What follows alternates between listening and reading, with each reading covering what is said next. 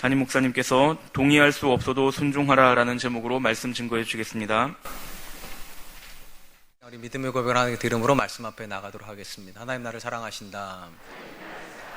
하나님은 내 인생의 크고 비밀한 계획 가지고 계신다. 하나님은 오늘도 나와 동행하셔서 그 계획 이루어 주신다. 아멘. 그렇게 될 줄로 믿습니다.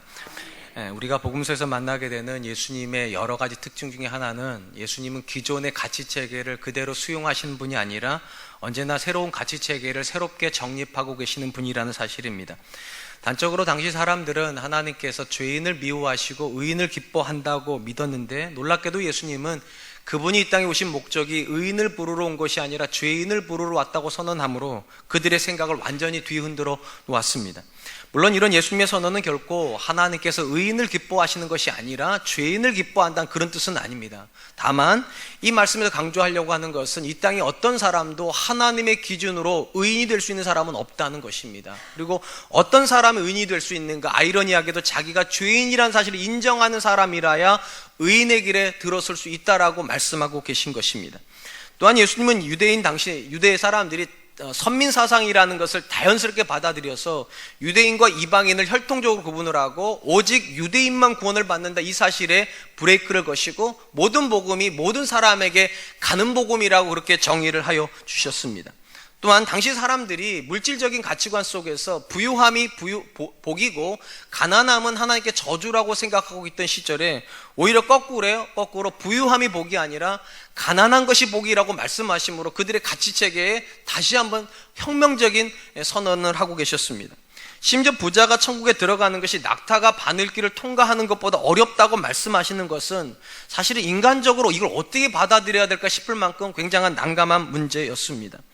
예수님 안에서 모든 가치체계가 재편된다는 것을 가장 잘 보여주는 말씀은 마태복음 5장부터 7장에 나오는 산상설교의 말씀일 것입니다.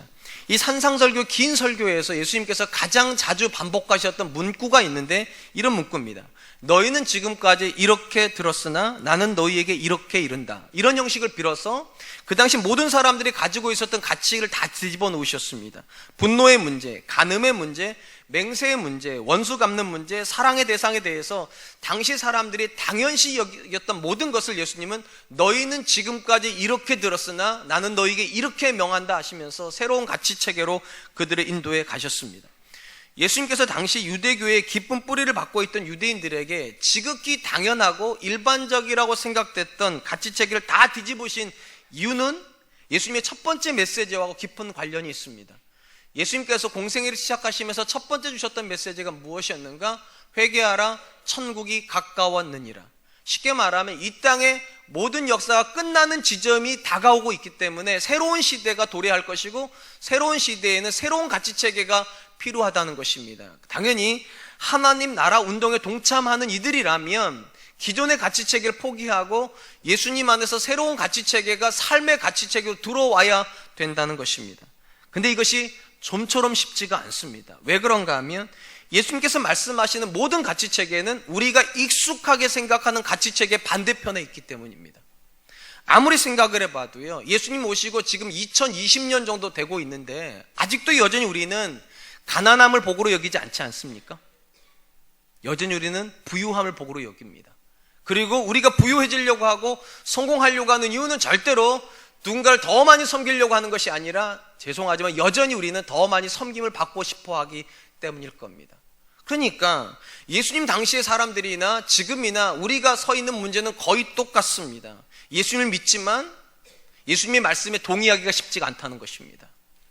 우리가 가지고 있는 가치체계가 이상하게 우리에게 편안하고 예수님이 우리에게 제시하는 가치체계는 굉장히 우리를 불편하게 만드는 것이 현실입니다. 그렇다면 과연 예수님을 믿음에도 불구하고 우리 가치관이 바뀌지 않아도 아무 문제가 없는 것인가? 우리 가치관이 바뀌지 않아도 천국에 갈 수 있는 것인가? 만약 그렇다면 안 바꿔도 괜찮을 테니까요. 그런데 이 부분에 대해서 예수님께서 산상설교의 마지막 부분에서 이렇게 정의를 내려주셨습니다. 마태복음 7장 21절 나더러 주여 주여 하는 자마다 다 천국에 들어갈 것이 아니요 다만 하늘에 계신 내 아버지의 뜻대로 행하는 자라야 들어가리라. 이 말씀의 의미를 정확하게 이해하려면 이 말씀 바로 전에서 예수님께서 어떤 말씀을 하셨는지부터 이해할 필요가 있습니다. 이 말씀 바로 앞에서 예수님은 열매에 대한 이야기를 하셨습니다. 쉽게 말씀드리면 가시나무에서 포도나무가 맺히지 않고 엉겅퀴에서 무화과가 열리지 않는다는 것입니다. 쉽게 말하면 모든 나무가 열매를 결정한다는 겁니다. 포도 열매를 맺고 싶으면 포도나무가 돼야 됩니다. 감람나무 열매를 맺고 싶으면 감람나무가 돼야 됩니다. 마찬가지로 천국 백성이 되고 싶으면 천국 백성의 열매를 맺어야 된다는 것입니다. 새로운 시대가 도래를 했는데 이전 시대의 고백을 가지고 들어갈 수는 없다는 거예요. 그거는 가시나무가 포도 열매를 맺고 싶은 거랑 똑같다는 것입니다. 천국은 어떤 사람이 들어가는가? 천국의 가치관을 가지고 천국의 열매를 맺고 있는 자들이 하나님의 은혜로 들어가는 것이 천국이라는 것입니다. 그런 점에서 천국은 가치관의 변화를 경험한 사람들을 위해서 예비된 것이지 모든 사람이 들어갈 수 있는 것은 아닐 것입니다. 이것이 사실이라면 가치관의 변화가 없는 신앙은 죄송하지만 온전한 믿음이라 할 수 없습니다. 이 믿음은 천국의 문을 열 수 없을 것이기 때문입니다. 오늘 본문의 말씀은 예수님 가장 가까이 있는 제자들임에도 불구하고 이 가치관의 변화가 좀처럼 쉽지 않다는 걸 우리에게 보여줍니다. 그리고 이 말씀을 통하여서 우리가 도전받아야 될 것은 이것입니다. 가치관이 바뀌지 않는 것은 굉장히 심각한 문제라는 사실입니다. 오늘 본문은 어린 아이들이 예수님께 오는 문제로부터 시작이 됩니다. 13절 말씀입니다. 사람들이 예수께서 만져주심을 바라고 어린 아이들을 데리고 오매 제자들이 꾸짖거늘. 예수님 당시에 선생님들에게 축복을 받고 싶어가지고 제자들이 자녀들을 데려오거나 부모들이 자녀를 데려오는 것은 굉장히 흔한 일이었다고 합니다. 왜냐하면 요즘처럼 미디어가 발달돼가지고 스타가 양산되는 시대가 아니에요. 이 당시에는. 그렇기 때문에 어떤 사람이 인기를 얻게 되어 있는가? 좋은 스승들이 인기를 얻게 되어 있습니다. 그리고 좋은 스승들에게 자기 자녀를 데려가서 그 스승이 그 자녀를 축복기도 해주는 것도 굉장한 복이고, 또 자녀에게 그 스승이 롤모델이 될 수 있겠죠. 그래서 자녀 데려가서 너도 저 선생님처럼 되라, 이런 열망을 가지고 부모들이 자녀를 데려오는 것이 보통의 일이었는데, 오늘 본문에서는 그런 관점에서 부모들이 자녀를 데려왔는데 제자들이 꾸짖었다. 우리 성경에 꾸짖었다고 되어 있는데 정확한 의미는 책망했다는 것입니다. 그들의 행동이 옳지 않다는 것이죠. 그다음 궁금한 건 이겁니다. 다른 모든 스승들은, 일반적인 스승들은 어린아이들이나 또 부모가 데려온 사람들을 축복하는 게 일반적인데 왜 제자들은 그것이 옳지 않다라고 생각을 했을까? 여기에는 당시 상황을 조금 이해할 필요가 있습니다. 우리가 잘 아는 것처럼 예수님은 그 당시 어디를 가든지 굉장한 이슈를 가지고 계셨던 분이고 굉장히 많은 사람들이 예수님을 둘러싸고 있었습니다. 그래서 성경에 보니까 예수님이 식사할 겨를도 없으셨고 주무실 시간도 부족할 만큼 굉장한 고된 노역을 하고 계셨습니다. 제자들 생각에는 어른들 만날 시간도 없으시고 환자를 고쳐줄 시간도 부족하고, 그리고 무언가를 하시기에도 빠듯한 시간 속에 가장 가치가 없는 어린아이들에게 예수님의 시간을 쓰는 것은 소모적이라고 생각했던 것 같아요. 그러니까 주님을 조금이라도 보호해드리기 위해서 일단 브레이크를 건 것 같고, 심지어 이 본문상에서 제자들은 예수님을 누구라고 고백하고 있었는가?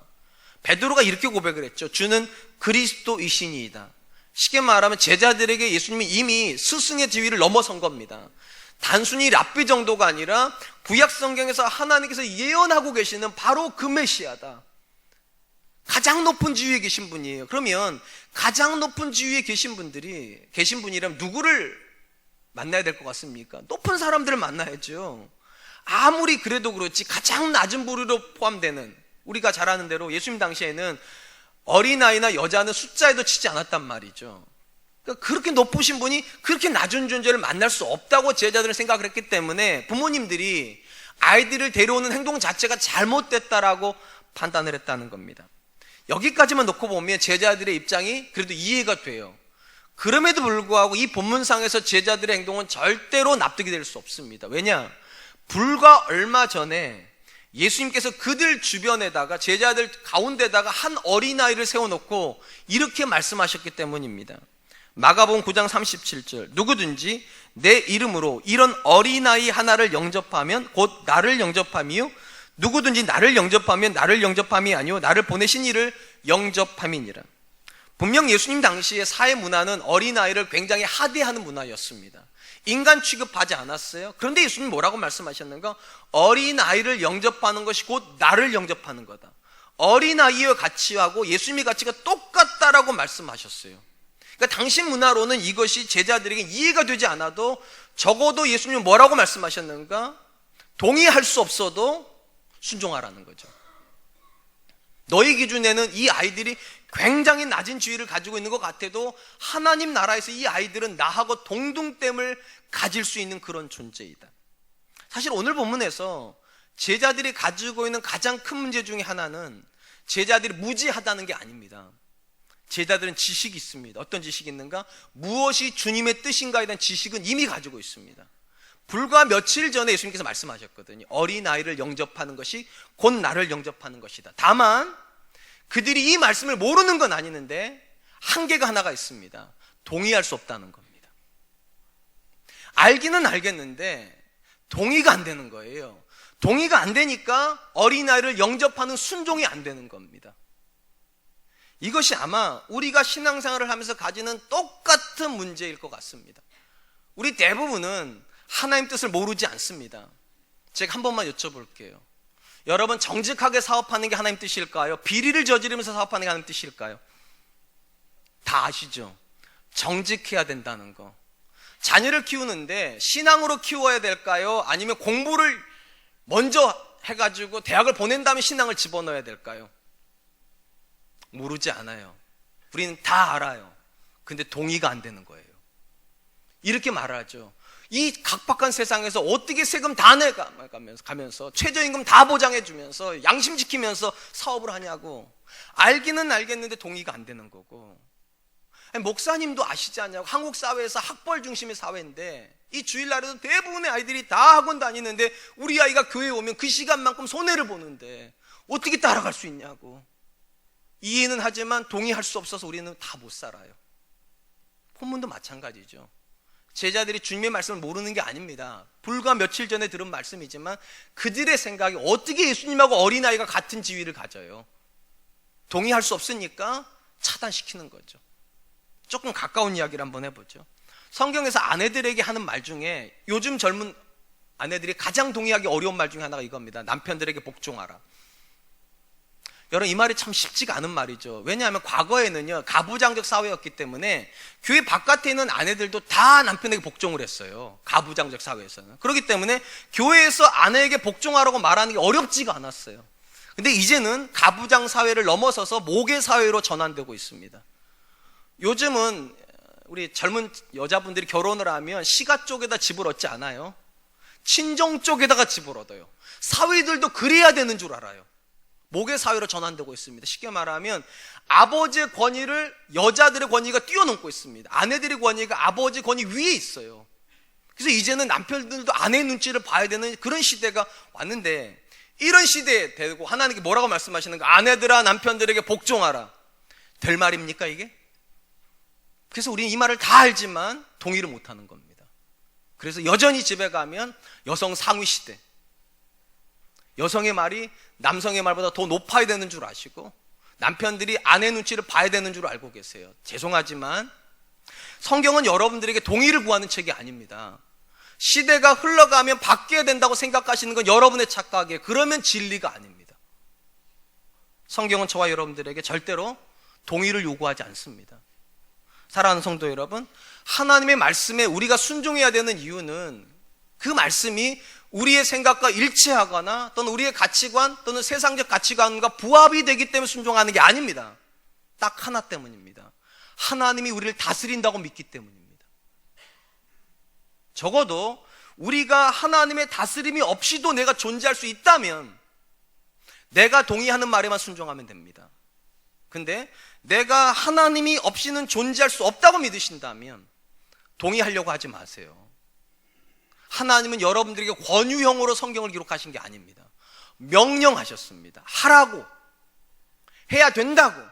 아내들은 복종해야 되는 거고 남편들은 아내를 사랑해서 자기를 내어줘야 되는 거라고. 근데 언제부턴가 우리는 자꾸만 동의를 하려고 합니다. 그리고 하나님 앞에, 하나님, 내가 이해가 안 되니까 나를 좀 이해시켜 주세요. 내가 왜 저 원수를 사랑해야 되는지. 남편을 보고서 내가 왜 내 아내한테 저렇게 잘해줘야 되는지. 동의가 잘 안 돼요. 그러다 보니까 교회를 다니는데도 사람이 안 바뀌어요. 왜냐하면 동의가 안 되니까요. 근데 예수님께서 이걸 이미 알고 계셨다는 거 아십니까? 예수님께서 제자들 부르시면서 뭐라고 말씀하셨는가? 아무든지 나를 따라오려거든 동의를 하고 따라와, 그렇게 말씀하신 적이 없어요. 자기를 부인하고 머리로 아무리 동의가 안 돼도 그 생각 버리고 내가 말하는 십자가를 지고 오라고. 하나님은 한 번도 저와 여러분들의 생각에 관심 없으십니다. 우리가 어떻게 생각하는지, 그 상황에 대해서 어떻게 느끼는지, 그 상황에 대해서 어느 게 옳다고 판단하는지 하나님은 관심 없어요. 다만 하나님 관심 갖는 것은 여러분들이 하나님께 관심을 두는가예요. 그 상황에 대해서, 하나님의 말씀에 대해서 얼마나 관심을 두고 있는지. 예수님도 아신다니까요. 하나님 뜻을 쫓아가는 게 십자가를 짓는 것 같을 거라고. 왜냐하면 동의가 안 되는데 그 길을 가는 게 쉽겠습니까? 이해가 안 되는데 그 말씀대로 순종하면서 자녀 키우는 게 쉽겠어요? 저도 괴로울 때가 굉장히 많았어요. 자녀 키우면서. 목사 아들인데도 아빠, 나 진짜 학원 가고 싶은데 이번 수련회는 내가 진짜 모르는 부분하고 딱 겹쳐 있는데 이번에만 안 가면 안 되냐고. 저도 아빠니까 갈등해요. 얘가 뭐 주의를 안 지키는 것도 아닌데, 수련회 그거 이틀 안 간다고 구원에 문제가 생기는 것도 아닐 텐데, 사실은. 이해가 안 되는 부분이 굉장히 많아요. 그래도 하나님 뭐라고 말씀하시는가? 십자가를 지고 쫓아올 것이니라. 동의가 안 되더라도 순종하면서 쫓아오라고. 그런 관점에서 신앙의 여정은 가벼운 마음으로 가는 소풍길이 될 수가 없습니다. 제가 오늘날 한국교회, 또 저 포함해서 모든 성도들의 신앙이 나약해진 가장 큰 이유가 뭐라고 생각하는가? 신앙을 너무 쉽게 생각을 합니다. 그냥 주일날 한 번 와서 예배 드리면 그게 신앙인 줄 알아요. 거기 어디에도 십자가는 없어요. 거기 어디에도 자기를 포기하고 자기 생각을 내려놓고 내 의지를 꺾는 그런 작업이 없어요. 그러니까 교회가 쉽게 타락해요. 예수님이 말씀하시는 신앙은 소풍길이 아니라 가시밭길입니다. 아무나 못 가는 거예요. 자기 생각을 내려놓고 내가 옳다 생각하는 거 포기하고 주님 생각을 받아들이는 건데 이것이 쉽겠습니까? 오늘 본문의 제자들 주님 곁에 있는데 불과 며칠 전에 주님이 어린 아이들이 나하고 같은 지위를 갖는다 말했는데도 제자들은 동의를 못하죠. 그래서 반대를 해버리죠. 이런 상황에서 예수님께서 제자들을 꾸짖으시는 게 그 다음 이야기입니다. 14절 말씀입니다. 예수께서 보시고 노하시어 이르시되 어린아이들이 내게 오는 것을 용납하고 금하지 말라. 하나님의 나라가 이런 자의 것이니라. 이 본문에서 굉장히 인상적인 것은 제자들은 부모들이 어린아이들을 데려오는 것이 잘못됐다고 판단하고 있는데 예수님은 그런 제자들이 잘못됐다고 판단하고 계시다는 겁니다. 왜냐하면 가치관이 달라요. 제자들은 하나님 나라에서 어린아이는 굉장히 바닥이라고 생각을 하는데 예수님은 하나님 나라에서 이 어린이가 가장 높다고 생각하시는 겁니다. 어린아이와 같지 않으면 천국에 들어가지 못한다.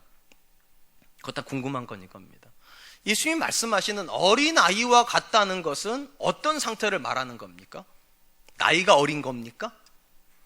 아니면 생각이 순수한 겁니까? 아니면 뭐 착한 겁니까? 뭐가 도대체 어린아이와 같은 걸까요? 우리 성경 안에서 예수님께서 어린아이와 같아야 된다고 말씀하신 건 딱 2번 나옵니다. 하나는 불과 며칠 전에 제자들이 서로 싸우고 있을 때, 누가 높으냐고 싸울 때 예수님께서 그 중에 아이 하나를 세우시고 어린아이와 같지 아니하면 누구도 높은 존재가 못 된다 이렇게 말씀하셨고, 또 한 번은 오늘 본문입니다. 제자들에게 어린아이와 같지 않으면 천국에 들어가지 못한다 이렇게 말씀하시 2번 나와요. 그래서 일반적으로 우리는 둘 다 어린아이와 같다고 그러니까 이게 같은 의미라고 생각을 하는데 내용이 완전 다른 건 아니지만 강조점이 조금 다릅니다. 일단 먼저 아까 말씀드린 누가 높은가의 문제에서 나오는 어린아이가 어떤 의미인가는 마태복음 18장에 정확하게 짚어주고 있습니다. 마태복음 18장 3절로 4절 말씀 이르시되 진실로 너희에게 이르노니 너희가 돌이켜 어린 아이들과 같이 되지 아니하면 결단코 천국에 들어가지 못하리라. 그러므로 누구든지 이 어린 아이와 같이 자기를 낮추는 사람이 천국에서 큰 자니라. 자, 마태복음 18장 예수님 말씀 어린아이는 어떤 아이입니까? 자기를 낮추는 존재예요. 그러니까 예수님께서 생각하신 어린아이는 어떤 존재냐? 자기를 높이는 존재가 아니라 자기를 낮추는 존재가 어린아이다. 이거는 굉장히 쉽습니다. 왜냐하면 오늘날의 어린아이를 생각하면 안 돼요. 예수님 시대의 어린아이가 어떤 존재였는가를 생각할 필요가 있습니다. 요즘의 아이들은요, 자기가 상전입니다. 할아버지한테도 명령하고, 할머니한테도 명령하고, 아빠한테도 명령하고, 엄마한테도 명령하니까. 제가 애들 키우면서 굉장히 헷갈렸던 것 중에 하나가, 냉장고를 열었을 때 냉장고에 요구르트가 3개밖에 없을 때 굉장히 헷갈렸어요. 이걸 먹어야 되는가 말아야 되는가. 우리 집 식구 4명인데 저는 고민을 해요. 3개 가지고 내가 먹어도 되는가에 대해서. 근데 절대 고민하지 않는 두 놈이 있어요, 우리 집에는요. 걔네는 열면 보이면 먹어버립니다. 지들이 상전이죠. 요즘 애들은 부모 눈치 안 봅니다. 근데 예수님 당시 어린아이들은 인구에 포함이 안 된다니까요. 노동력이 현격하게 떨어졌기 때문에 사람 취급 안 했어요. 심지어 부모가 필요하면 노예로 팔아버리기도 했습니다. 가장 하등한 존재예요. 당연히 여러분 생각해 보세요. 아이가 어릴 때부터 자기가 하등한 존재라고 느끼고 있는 상태라면 그 아이가 집에 들어갈 때 섬김을 받으러 들어가겠습니까? 섬기로 들어가겠습니까? 당연히 섬기로 들어가는 겁니다. 그래서 이 말이 나오는 거예요. 어린아이와 같다는 건 그 당시 모든 사람이 다 인지하는 겁니다. 집에서 섬기는 존재예요. 심부름해야 되고, 엄마 일 도와드려야 되고, 아빠가 하는 일에 절대적으로 복종해야 되는 존재. 그리고 그런 마음을 가지고 하나님 나라 일을 하는 사람이 천국에서 높은 존재다. 그렇게 말씀하신 거죠. 그리고 오늘 본문에서 어린아이는 약간 강조점이 다릅니다. 오늘 본문에서 예수님께서 어린아이가 내게로 오는 것을 금하지 말라, 이와 같은 자들이라야 천국을 상속받는다, 이렇게 말씀하셨을 때 이 어린아이는 약간 강조점이 달라요. 어떤 점에서 다른가? 오늘 본문 말씀 15절이 거기에 강조점을 두고 있습니다. 15절, 내가 진실로 너희에게 이르노니 누구든지 하나님 나라를 밑줄을 그으세요. 어린아이와 같이 받들지 않는 자는 결단코 그곳에 들어가지 못하리라 하시고, 이 본문에 나오는 어린아이는 받드는 존재입니다. 이 본문에 나오는 받들다라고 하는 단어의 문자적인 뜻은 받아들인다, 수용한다, 이런 뜻입니다. 그러니까 절대로 오해하시면 안 돼요. 모든 어린아이가 다 천국에 가는 게 아니라 어린아이적 특징을 가지고 있는 존재. 그리고 어린아이는 어떤 특징을 가지고 있는가? 받아들인다는 겁니다. 그럼 궁금한 건 이거예요. 이 본문에서 어린아이들은 도대체 뭘 받아들인 겁니까? 예수님의 말씀을 받아들인 겁니까? 아니면 하나님 뜻을 받아들인 겁니까? 그런 게 아니에요. 이 이야기의 출발점으로 다시 한번 갈게요. 이 이야기는 어떻게 시작이 됐습니까? 부모들이 아이들을 예수님께 데려오는 것부터 시작이 됐습니다. 뭐 하려고요? 안수해달라고. 제가 물어볼게요. 애들은 다 안수 좋아하죠?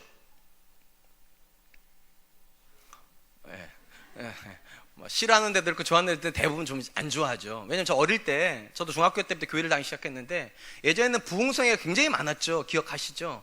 그럼 마지막 날쯤 되면 꼭 안수기도 같은 게 있잖아요. 그럼 저희 엄마가 꼭 저를 데리고 가요.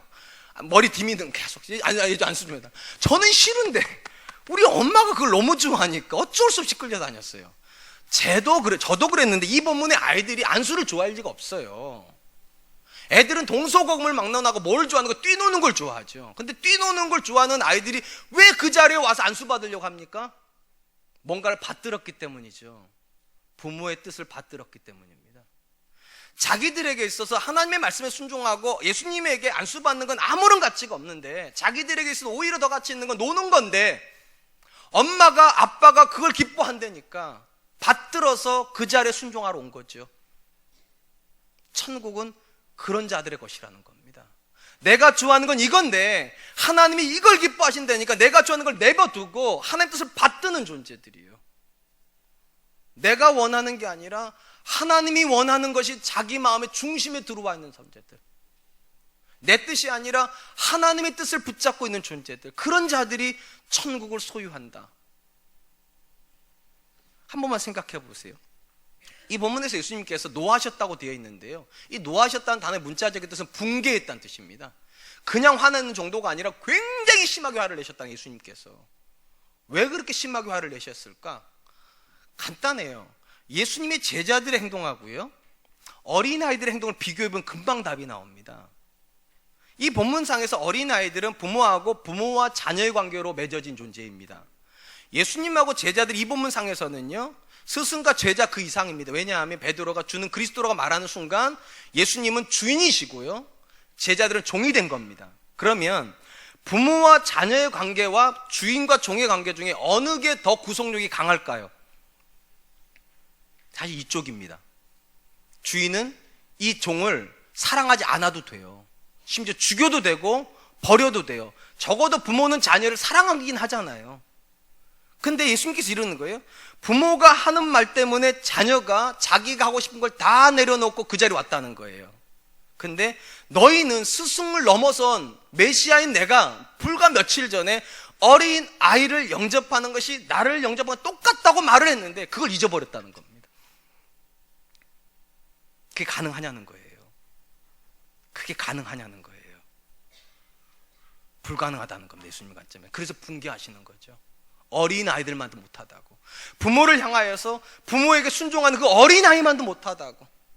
적어도 하나님께서 저와 여러분들에게 기대하시는 신앙은요, 인륜을 뛰어넘을 수 있는 정도여야 됩니다. 내가 부모를 사랑하는 것 그 이상으로 하나님 사랑해야 되고요, 내가 부모에게 순종하는 것 그 이상으로 하나님께 순종해야 돼. 왜냐하면 이쪽 결속력이 더 강하다고 하나님 믿으시니까요. 진짜 하나님 살아계시다면, 진짜로 하나님이 우리를 위해서 아들을 내어주셨고, 진짜로 하나님이 우리를 천국 백성 삼으셨다면, 그런데도 여전히 내가 중요합니까? 그런데도 여전히 내 뜻이 더 우위일 수 있냐는 예수님은요. 그러니까 분개하시는 거죠. 어린아이들은 그렇게 안 한다는 거예요. 어린아이들은 부모가 자기를 길러주고 있기 때문에 부모가 가자면 간다는 겁니다. 내가 좋아하는 것 기꺼이 포기하고 부모의 뜻을 받들어서 그 자리에 왔다는 겁니다. 그리고 말씀하세요. 이 어린아이와 같이 천국을 받들지 않는 자는 하나님 나라에 들어갈 수 없다. 천국이 가장 중요한 가치관이어야 되고 하나님 뜻이 최우선의 가치관이어야만 한다는 것이죠. 사랑하는 성도 여러분, 예수님께서 천국에서 큰 자라고 말하는 존재나 또 천국에 들어갈 수 있다고 말하는 존재는 딱 한 존재입니다. 어린아이와 같은 존재입니다. 그리고 이 어린아이와 같다는 것의 가장 핵심은 자기가 낮은 존재라는 걸 인정하는 존재들입니다. 하나님께서 정말로 관심 가지시는 존재는요, 자아감이 충만한 존재가 아닙니다. 나 정도 되니까 하나님께서 사랑하시는 거지, 나 정도 되니까 목사도 되고, 나 정도 되니까 장로도 되고, 나 정도 되니까 권사도가 되는 거지, 그런 게 아니라 내가 도대체 뭔데 하나님께서 나를 사랑하시지? 내가 도대체 뭔데 이런 직분을 주시지? 내가 도대체 뭔데 나에게 이런 가정을 주시지? 자기 존재에 대한 낮음을 고백하는 존재들이에요. 근데 이게 점처럼 쉽지가 않다니까요. 이 본문의 예수님의 제자들, 예수님을 메시아라고 말했다면 그들은 종이에요. 그런데도 여전히 자기 생각이 중요해요. 주님이 뭐라고 말하는지가 중요하지 않아요. 저와 여러분들은 내 자신을 어떻게 생각합니까? 여러분들은 여러분의 아내가 내 말을 들어야 된다고 생각합니까? 내 남편이 내 말을 들어야 된다고 생각합니까? 내 자녀는 내 말을 들어야 됩니까? 직장에서는 내 말을 무조건 따라야 되는 겁니까? 교회도 내 말을 들어야 됩니까? 만약에 여러분 이렇게 생각하신다면 여러분 분명히 유능한 분들이실 겁니다. 유능하니까 아내가 내 말 들어야 되는 거잖아요. 유능하니까 자녀가 내 말 들어야 되는 거잖아요. 유능하니까 내 부하 직원들이 내 말 들어야 되는 거잖아요. 그런데 하나님은 유능한 사람에게 관심이 없습니다. 무능한 사람에게 관심이 있습니다. 어린아이와 같이 내가 아무것도 할 수 없는 존재라고, 내가 아무것도 주장할 수 없는 존재라고. 제가 지난 주간에 제 아내하고 약간의 갈등이 있었습니다. 제 아내가 꼭 강조해 달래요. 약간의 갈등이었다고. 네, 약간의 갈등이 있었습니다. 왜 약간의 갈등이 있었는가? 제가 곰곰이 돌아보니까 제가 너무 잘나서예요. 제가 너무 잘나서. 제가 계속 제 생각을 주장해요. 제 아내한테. 왜 이렇게 안 하냐고, 왜 이렇게 못하냐고, 왜 이걸 자꾸 잊어버리냐고, 내가 몇 번을 강조했는데 왜 이걸 자꾸만 놓치냐고, 제가 요따구 그랬다 이거죠. 그럼 갈등이 벌어집니다. 내가 정답인 사람하고 사는 사람은 불편합니다. 내 주장이 강한 사람하고 있으면 사람은 당연히 마음이 힘들어집니다. 왜 천국에 어린아이들이 가야 된다고 말씀하시는가? 천국은 싸우면 안 되는 곳이잖아요. 누가 안 싸우는가? 자기 주장 못하는 존재들이에요. 어린아이들이요. 섬김을 받으러 가는 것이 아니라 섬기러 가고, 주장하는 것이 아니라 들으려고 하는 사람은 절대로 안 싸운다는 거죠. 못 싸운다는 거죠. 그래서 천국은 화평한 곳이 되는 거라고.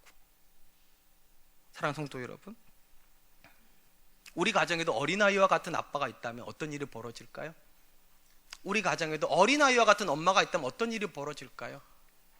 어린아이와 같은 마음을 가지고 있는 남편과 아내가 있다면 어떤 일이 벌어질까요? 그곳이 천국이죠. 자기를 주장할 마음이 없는 아빠인데, 섬김을 받으려고 하는 것이 아니라 섬기려고 하는 남편인데, 어떻게 그런 남편, 그런 아빠, 그런 엄마하고 싸울 생각을 하겠습니까? 쉽지는 않아요. 왜냐하면 우리는 자꾸만 동의가 돼야지만 그 일을 하려고 하거든요. 그러니까 남편들이 잘 안 바뀌는 겁니다. 아내 행동에 동의가 안 되니까. 아내들도 안 바뀌는 겁니다. 그런 남편을 보면서 동의가 안 되니까. 자녀들도 안 바뀌는 거예요. 부모를 보면서 동의가 안 되니까. 제가 지금부터 세 사람에 대한 이야기를 할 건데요, 이 세 사람의 공통점이 뭔지를 한 번만 맞춰보세요. 모세, 다윗, 예수님. 공통점이 뭘까요? 제가 여러 번 생각을 스캔해서 읽어드릴게요. 유대인들이요. 맞아요. 남자요. 맞아요. 예, 세 번째. 이 세 사람의 공통점은 뭘까요? 가장 중요한 공통점. 이 세 존재는 다 거절을 경험한 존재들이라는 겁니다. 그것도 상식적으로 이해가 안 되는 거절을 당했습니다. 모세 잘 아시다시피 출애굽의 역사를 일으킨 사람입니다. 80에 부름받아가지고 40년을 광야길을 걸었습니다. 우리 이걸 너무 쉽게 생각하는데, 이 자리에 80 이상 되신 어르신들이 제법 있으신데 40년 동안 광야길 걸을만 하시지요. 우리 어르신들 모래바람 맞아가면서, 텐트 쳐가면서, 거친 음식 먹어가면서. 절대로 쉽지 않아요. 모세가 그 일을 했습니다. 딱 하나의 열망 때문에요. 가나안 땅에 들어가고 싶어가지고. 근데 청천벽력 같은 소리가 들리죠. 너 가나안 땅 못 들어간다는 겁니다. 이게 모세 입장에서는 납득이 안 되죠. 왜냐하면 광야 1세대가 가나안 땅 못 들어가는 건 이유가 딱 하나, 믿음이 없어서 못 들어가는 겁니다. 그럼 모세는 믿음이 없는가? 아니, 모세는 믿음이 있어요. 모세가 가나안 땅 못 들어간 이유는 딱 하나예요. 믿음 없는 이 광야 1세대가 너무 원망을 하니까 화가 나가지고 무리바에서 바위를 2번 내리쳤다는 이유 하나만으로. 이거 딱딱 2번 쳤다가 가나안 땅 못 들어간다는 판결을 받아봤어요. 여러분, 동의가 되시죠? 못 간다니까 막 동의가 확 되시죠? 동의하실 모양이에요? 동의가 안 되잖아요. 그러니까 모세가 하나님께 따져 묻죠. 하나님, 나로 건너가게 해주십시오. 내가 40년을 걸은 이유가 이거 하나인데 하나님, 나로 건너가게 해주십시오. 그때 하나님께서 딱 한마디 하세요. 그만해도 족하니 이 일로 다시는 내게 말하지 말아라. 됐다. 더 이상 말하지 마. 저 같으면은요, 열딱지가 나서 계속 얘기할 것 같아요. 진짜로. 이러실 수 있냐? 너무 하신다고. 도대체 내가 40년을 했는데 이거 하나가 때문에 날 못 들어간다. 정말 너무 하시. 이럴 것 같은데, 뭐 하나님께서 됐다고 하는 순간에 모세가 탁 받아들입니다. 그리고 비스가산에 올라가서 마지막으로 가고 싶은 가나안 땅 바라보고 그 자리에서 죽습니다. 동의가 돼서 죽은 게 아닙니다. 하나님이 안 된다고 하니까 하나님 뜻을 받들려고 죽은 겁니다. 다윗, 평생의 소원이 하나가 있었습니다. 그거는요, 성전을 짓고 싶었어요. 그래서 안 먹고 안 입고 최대한 아껴가지고 보물을 모아가지고 이제 성전을 지으려고 하는데 또 청천벽력 같은 소리가 들려옵니다. 너는 못 짓는다고. 다윗이 하나님께 말합니다. 하나님, 저는 왜 못 짓습니까? 하나님 이렇게 말씀하세요. 너는 피의 사람이라고. 쉽게 말하면 군인이라는 겁니다. 손에 피가 너무 가득하기 때문에 그 피를 가지고 평화의 전을 지을 수 없다고. 동의가 되시죠? 납득이 되시죠? 납득이 될 수가 없어요. 왜냐하면 그 싸움을 시킨 분이 누굽니까? 하나님이에요. 다윗으로 전쟁을 시킨 분이 하나님인데, 전쟁시켜서 전쟁했더니만 손에 피 묻었다고 성전 못 짓는답니다. 내가 원하는 건데. 납득이 안 될 것 같아요. 저 같으면요. 따져 물을 것 같아요. 하나님이 일 시킬 땐 언제고, 싸우라고 해서 싸웠는데 내가 억울합니다. 해야 되겠습니다. 이럴 것 같아요.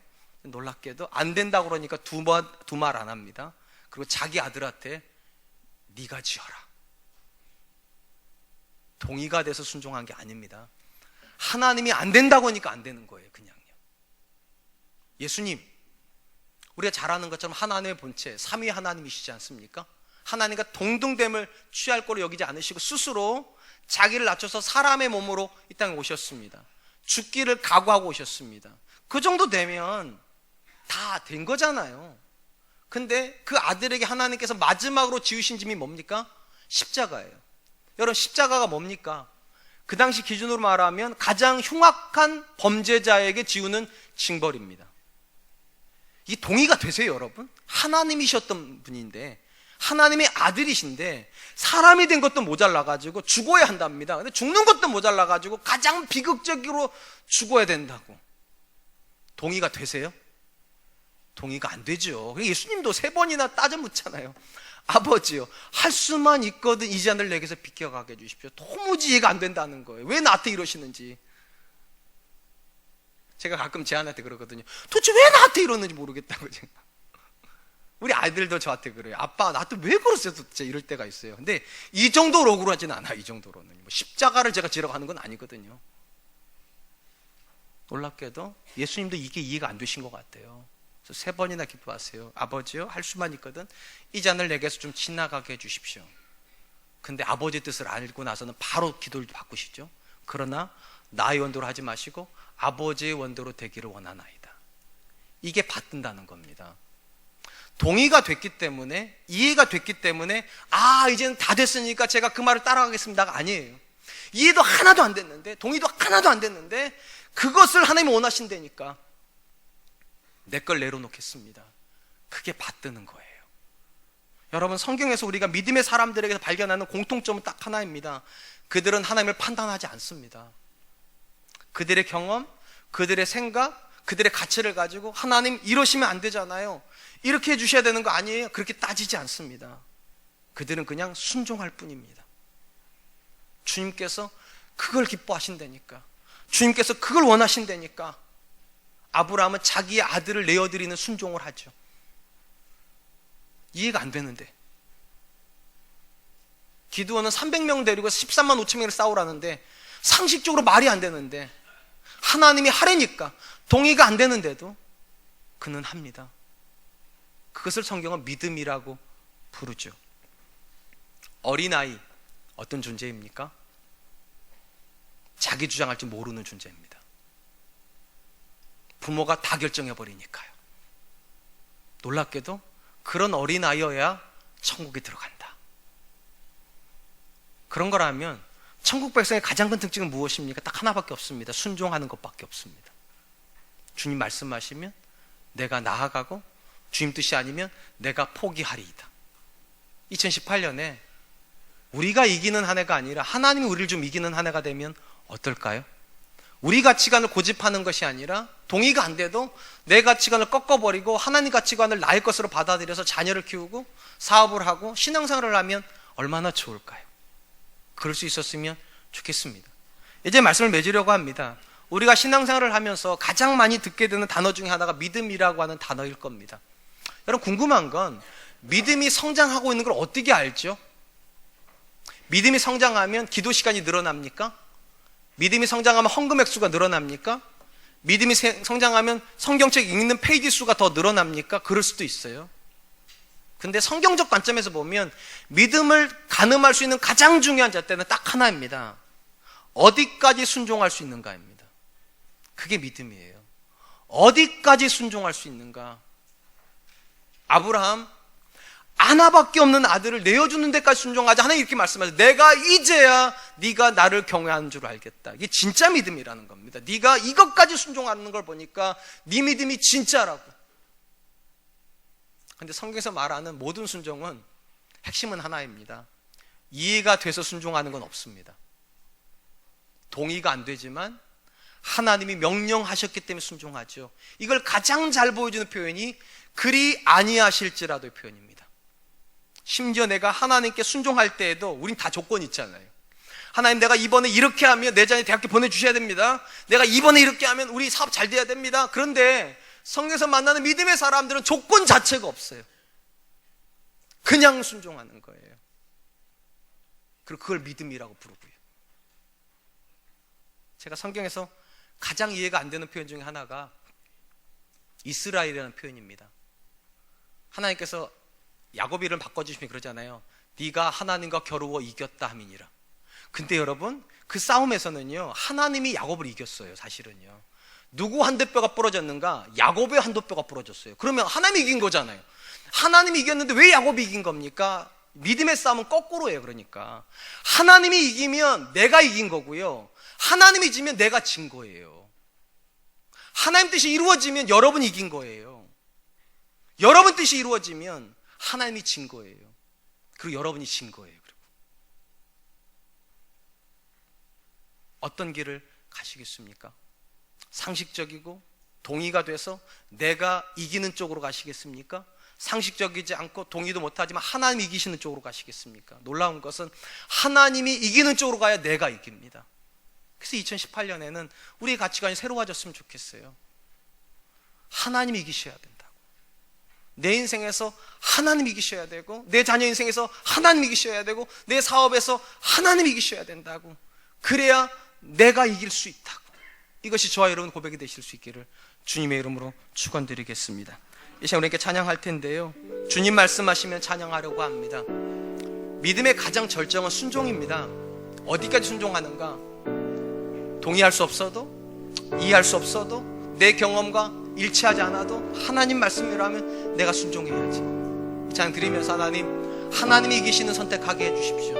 하나님께서 기뻐하시는 결정하게 해주십시오. 우리 같이 한 번만 찬양하겠습니다.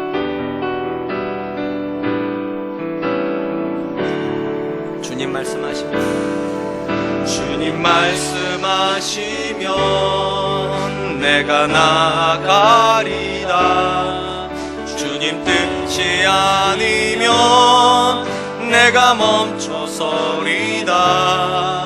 나의 가고 서는 것 주님 뜻에 있으니 오 주님 나를 이끄소서. 주님 말씀하시면, 주님 말씀하시면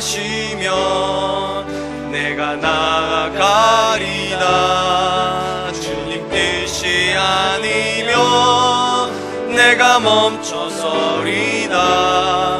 나의 가고 서는 것 주님 뜻에 있으니 오 주님 나를 이끄소서. 뜻하신 그곳에, 뜻하신 그곳에 나 있기 원합니다. 이끄시는 대로 순종하며 살리니 연약한 내 영혼 동하여 일하소서. 주님 나라와 그 뜻을 위하여 뜻하신 그곳에, 뜻하신 그곳에 나 있기 원합니다.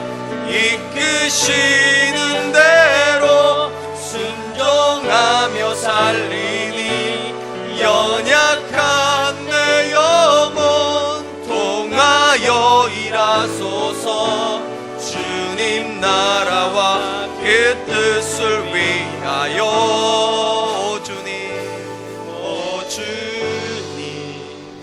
나를 이끌소서. 사랑하는 성도 여러분, 여러분들은 어떤 분이 되고 싶으십니까?